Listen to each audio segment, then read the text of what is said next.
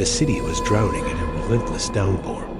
Rain lashed against the windows, each drop a tiny fist pounding on the glass, while distant thunder rumbled like an angry beast. Inside, wrapped in the comforting glow of the television, sat Juan and Yanni.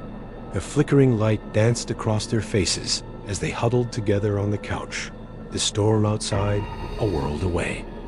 Juan, feeling Yanni shiver, pulled her closer. He whispered, "Don't be afraid, my love. It's just rain." A bit of noise to make things cozy. Yanni smiled, nestling her head against his shoulder, finding safety in his arms. The world outside could rage all it wanted. In here, she was protected. The movie played on, its dialogue a low murmur against the symphony of the storm.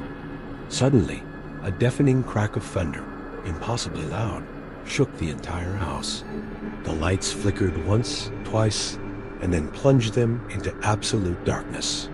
The television died with a soft pop, leaving only the sound of the rain and Yanni's sharp intake of breath. The sudden silence was more terrifying than the noise. "Don't panic, my love." Juan's voice cut through the blackness, calm and steady. "We have candles. Stay right here. I'll be back in a second." Yanni heard the squeak of the couch as he stood up, his footsteps fading as he headed for the stairs. She sat alone, her heart thumping a frantic rhythm against her ribs, her eyes straining to see anything in the oppressive dark. A faint, almost imperceptible shift in the air made her turn her head towards the hallway. There, silhouetted against the slightly less dark space, stood a figure. It was tall, impossibly so, its form a long, distorted shadow that seemed to drink the little light there was. It wasn't Juan. She knew it wasn't. His frame was different. His posture wasn't so rigid, so unnaturally still. Yet her voice, small and trembling, betrayed her certainty. "Babe, is that you?" A chilling silence hung in the air for a moment, thick and heavy. Then, a voice that was almost Juan's, but not quite a low, gravelly imitation, drifted from the shadows. "Yes, dear. It's me." A cold dread washed over Yanni, freezing the blood in her veins. That wasn't him. A raw, primal fear seized her, and she began to tremble uncontrollably, her teeth chattering.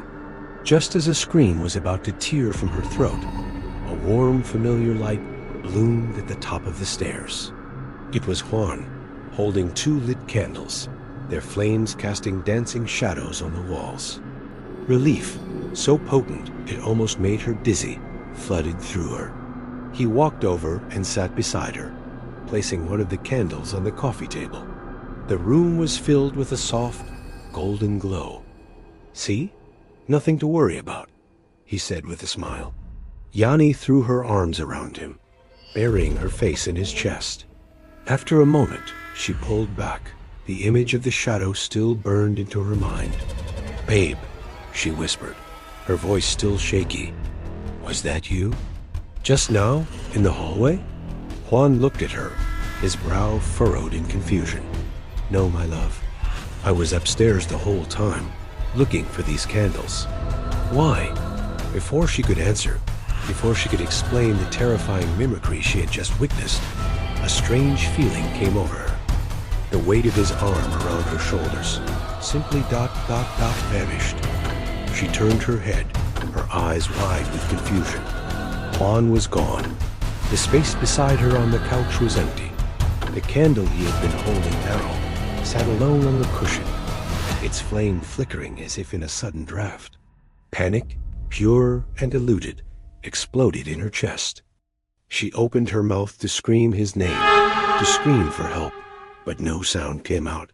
She tried to scramble off the couch, to run, to do anything, but her body wouldn't obey. Her limbs were leaden, frozen in place by a terror so profound it felt physical. She was trapped, a statue of fear. And then, a cold breath tickled her ear. A sibilant whisper, soft and intimately close, slithered into her mind. "Don't be afraid, Yanni. I'm here to take you away."